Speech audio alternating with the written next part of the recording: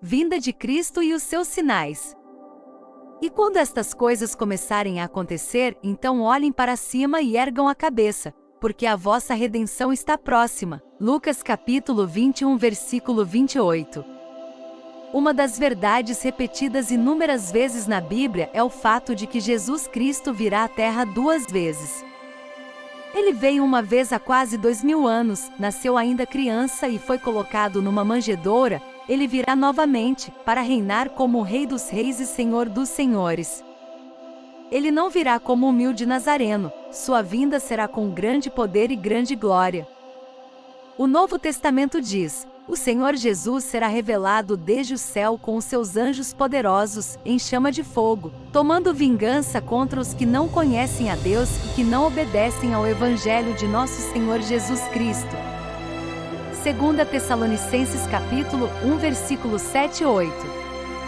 Nenhum de nós sabe exatamente quando ele virá, mas Jesus falou de uma série de eventos e condições que aconteceriam na Terra pouco antes de ele retornar para reinar. E Deus espera que saibamos algo sobre as condições gerais que prevalecerão na Terra pouco antes do regresso de Jesus.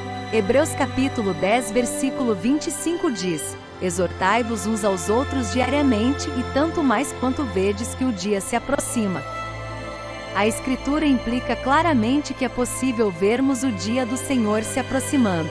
1 Tessalonicenses capítulo 5, versículo 4 diz ainda: mas vós, irmãos, não estáis nas trevas, para que aquele dia vos surpreenda como um ladrão. Todos vocês são filhos da luz. É verdade que a vinda do Senhor será como um ladrão durante a noite, mas os crentes têm as Escrituras e, portanto, não estão nas trevas sobre a sua vinda. Deveríamos ser capazes de ver à medida que o tempo se aproxima. Jesus diz que devemos saber quando o tempo está próximo. Mateus capítulo 24, versículo 33. Há uma série de sinais que dizem algo sobre os tempos em que vivemos, e queremos ver o que a Bíblia diz sobre os sinais que apontam para a aproximação do fim dos tempos. Primeiro, sinais físicos. Referimos-nos a sinais que ocorrerão no universo físico. Os discípulos perguntaram: qual será o sinal da tua vinda e do fim dos tempos? E Jesus, em Mateus capítulo 24, versículo 7, falou sobre fomes, pestes e terremotos em diversos lugares. Sempre houve fomes, mas as piores fomes da história ocorreram no século XX, onde 20 milhões de pessoas morreram de fome na Rússia durante os anos que se seguiram à Segunda Guerra Mundial. E há países da Ásia e partes da África onde o Saara está a avançar para sul que tem uma verdadeira escassez de alimentos. O problema do abastecimento de alimentos é uma grande preocupação para cerca de 90% das nações da Terra. A população da Terra está a aumentar rapidamente e, como resultado, os cientistas temem uma época de fome em massa. E também as pestes estão aumentando. O meu avô, que era agricultor, nunca se preocupou em pulverizar as batatas e os feijões e as árvores do seu pomar. Não houve pestilências massivas como há hoje. Muitos agricultores hoje em dia dizem que assim que pulverizam uma praga, e pensam que a conquistaram, eis que aparece outro inseto, e eles têm que começar tudo de novo. Jesus disse que os terremotos serão multiplicados e intensificados à medida que nos aproximamos do tempo do fim. Houve uma média de 10 terremotos por ano na época de Cristo. Esse número aumentou para 500 a cada ano durante o século XVII. Hoje, a pesquisa geodésica diz que deve haver pelo menos 1 bilhão de terremotos por ano. Eles afirmam ainda que a Terra está em contínuo tremor. Os instrumentos que os cientistas usam para registrar tremores de terra são chamados de sismógrafos. O sismógrafo é um aparelho que possui escala que vai de 0 a 10 e é utilizado para medir a intensidade de um terremoto. O terremoto de 1965 no Alasca foi o terremoto mais grave já registrado. Mediu 8,6 numa escala que só vai até 10. Sempre houve terremotos, mas houve um aumento notável não só em número, mas também em intensidade, esta é outra indicação de que estamos a aproximar-nos do fim dos tempos. Segundo, sinais nacionais. Existem sinais entre as nações que apontam para a breve vinda de nosso Senhor. Um dos sinais nacionais é a indicação de que as nações se preparam para marchar sobre Israel. O capítulo 38 de Ezequiel fala sobre uma invasão militar da terra de Israel por um grande exército que vem do norte. A Bíblia diz: nos últimos anos, entrarás na terra que foi resgatada da espada e reunida entre muitos povos contra os montes de Israel. Ezequiel capítulo 38, versículo 8. O versículo 15 do mesmo capítulo diz: e virás do teu lugar, pelas partes do norte. O país que fica ao norte da Palestina chegará à terra de Israel nos últimos dias para levar consigo o saque. A tentativa da Rússia de controlar o Médio Oriente é uma prova de que esta profecia está cada vez mais perto de se cumprir nos nossos dias. Outro sinal relacionado às nações é que os líderes mundiais estão angustiados e perplexos. Jesus diz: e haverá sinais no sol, na lua e nas estrelas, e na terra angústia das nações, com perplexidade. Lucas capítulo 21, versículo 25. Jesus disse que à medida que nos aproximamos do tempo da sua vinda novamente, as nações serão envolvidas em problemas para os quais não conseguem ver saída. Um notável evangelista disse recentemente: tem sido meu privilégio, durante os últimos anos, sentar-me com alguns dos principais líderes do mundo para discutir as condições mundiais. Poucos deles estão esperançosos.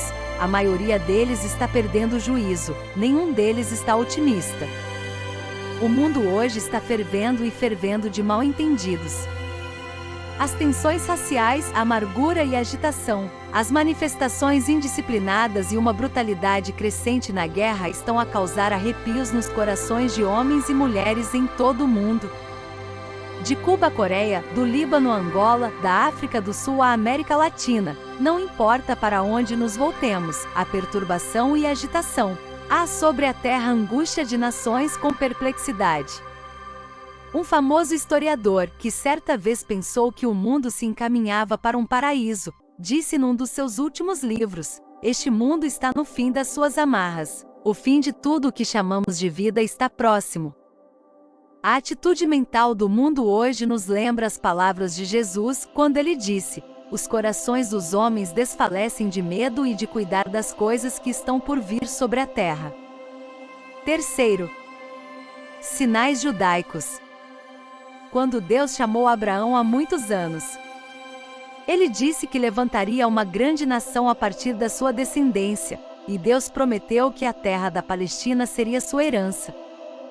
Mais tarde, Deus disse a toda a nação de Israel que se eles o obedecessem, ele os abençoaria em sua terra. Se eles desobedecessem a Deus, ele traria correção e os expulsaria da terra.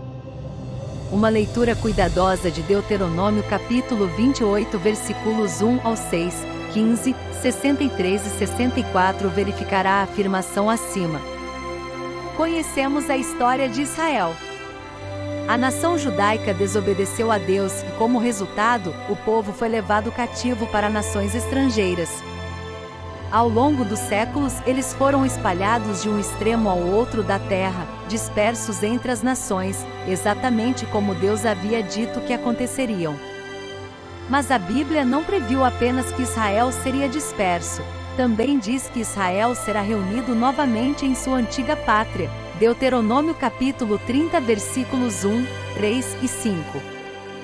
Durante 25 séculos, os judeus estiveram sem reino e espalhados entre as nações, mas nunca perderam a sua identidade e, em 14 de maio de 1948, Israel tornou-se novamente uma nação. Isso é realmente um milagre.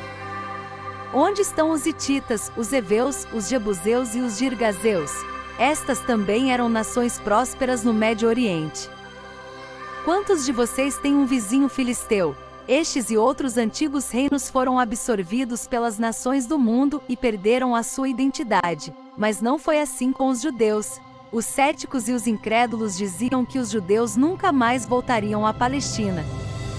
Eles disseram que seria impossível unir numa nação um povo afastado um do outro durante tantos séculos, e falando tantas línguas diferentes. Mas hoje Israel está oficialmente restabelecido na sua antiga terra natal. O regresso dos judeus à Palestina e a reconstrução da nação de Israel aconteceram exatamente como foi profetizado.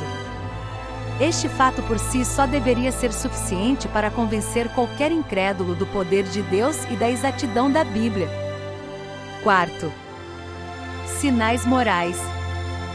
Jesus disse que as condições morais na terra, pouco antes de seu retorno, seriam como as dos dias de Noé. E os dias de Noé foram dias de grande maldade e corrupção moral. Gênesis capítulo 6 versículo 5 diz: "E viu Deus que a maldade do homem era grande na terra, e que toda a imaginação dos pensamentos do seu coração era má continuamente." Foi assim que aconteceu nos dias de Noé. Lucas também registra que as condições antes da vinda de Cristo serão como eram nos dias de Ló. Lucas capítulo 17 versículos 28 ao 30. O povo de Sodoma era extremamente perverso. O apóstolo Pedro diz que a alma justa de Ló se irritava dia após dia com suas ações ilícitas e com suas conversas sujas. 2 Pedro capítulo 2 versículos 6 ao 8. Não é esta uma imagem das condições que existem hoje?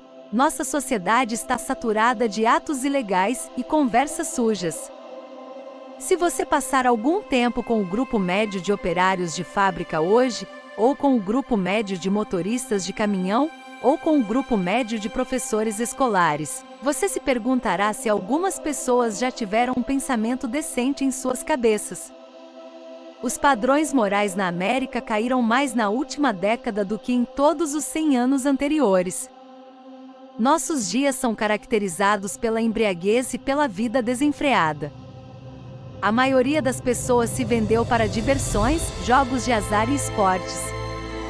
Há mais carnalidade e mais crimes e mais mentiras e mais adultérios e mais divórcios fáceis e mais profanação do dia do Senhor do que em qualquer outro momento desde a criação de Adão, com a possível exceção dos dias imediatamente antes do dilúvio no tempo de Noé.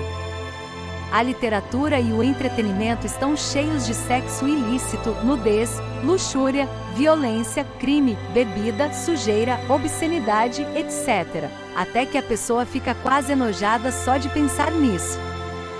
Os padrões morais de muitos em nossa sociedade são semelhantes aos de um gato de rua. Uma empresa está distribuindo bonecos com órgãos sexuais masculinos para as crianças brincarem. Grupos de casais reúnem-se, misturam-se e trocam parceiros e envolvem-se em orgias sexuais de natureza quase inacreditável.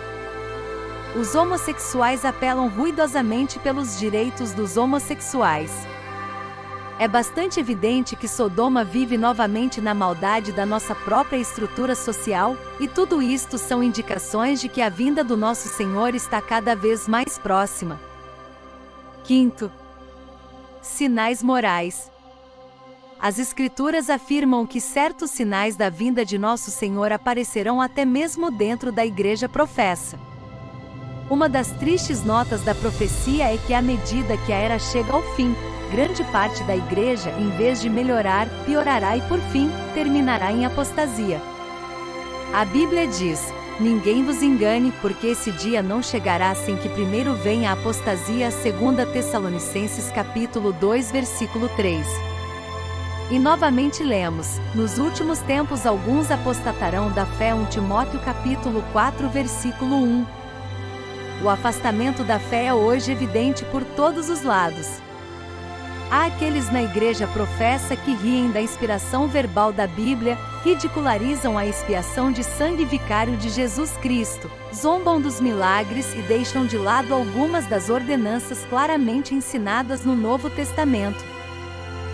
É verdade que os recordes de construção de igrejas foram quebrados. Em muitos lugares, o número de membros da igreja é bastante grande, mas a grande maioria dos membros da igreja é indiferente à verdade espiritual e despreocupada com as almas das pessoas perdidas.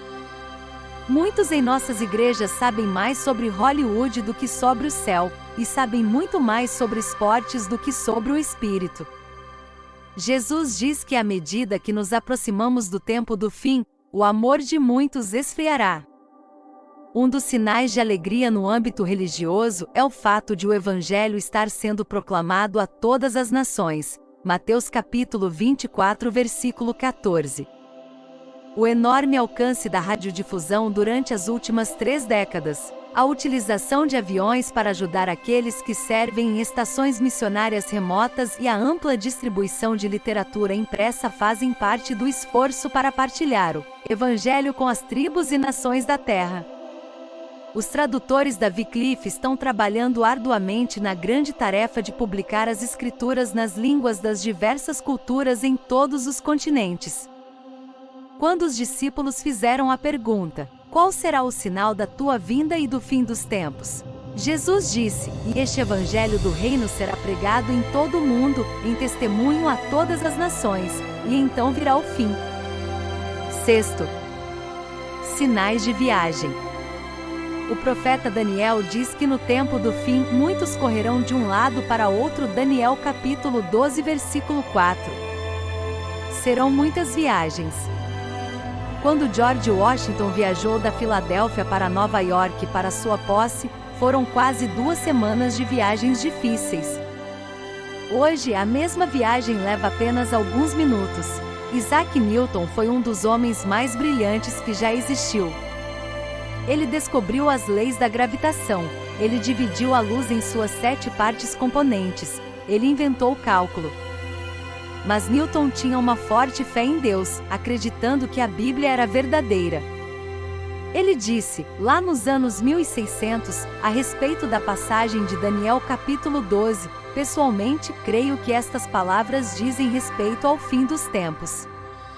Os homens viajarão de país em país. Pode haver algum meio de viagem inventado que permitirá às pessoas viajar muito mais rapidamente do que agora. Newton continuou dizendo que acreditava que alguém poderia inventar algum meio de locomoção que permitiria aos homens viajar a uma velocidade surpreendente de 15 ou 30 quilômetros por hora. As pessoas disseram, ele é louco, olhe para ele, um homem inteligente, mas ele está louco por causa de sua religião. O tipo de viagem que parecia impossível há 80 anos é agora uma coisa comum. O transporte há 80 anos era feito principalmente a cavalo e de charrete. Os automóveis eram uma novidade, os aviões eram desconhecidos, a maioria das pessoas viajou apenas alguns quilômetros de suas casas durante a vida inteira. Hoje é completamente diferente. Os trens viajam a 100 milhas por hora, os navios cruzam o Atlântico em poucos dias, os aviões atravessam o Oceano Atlântico em poucas horas. Naves espaciais transportaram homens ao redor da Terra em menos de 90 minutos. Pode-se embarcar em um avião a jato Concorde em Londres às 12 horas e chegar ao aeroporto Dulles, em Washington, D.C., às 11 horas do mesmo dia, porque o avião viaja mais rápido do que a rotação da Terra. Os homens correm de um lado para outro, e o profeta Daniel foi inspirado a escrever que então será o tempo do fim. Quando Jesus falou sobre sua vinda novamente, ele contou uma parábola sobre 10 virgens. 5 eram sábios e 5 eram tolos. 5 tinham óleo nas lâmpadas e 5 não tinham nenhum.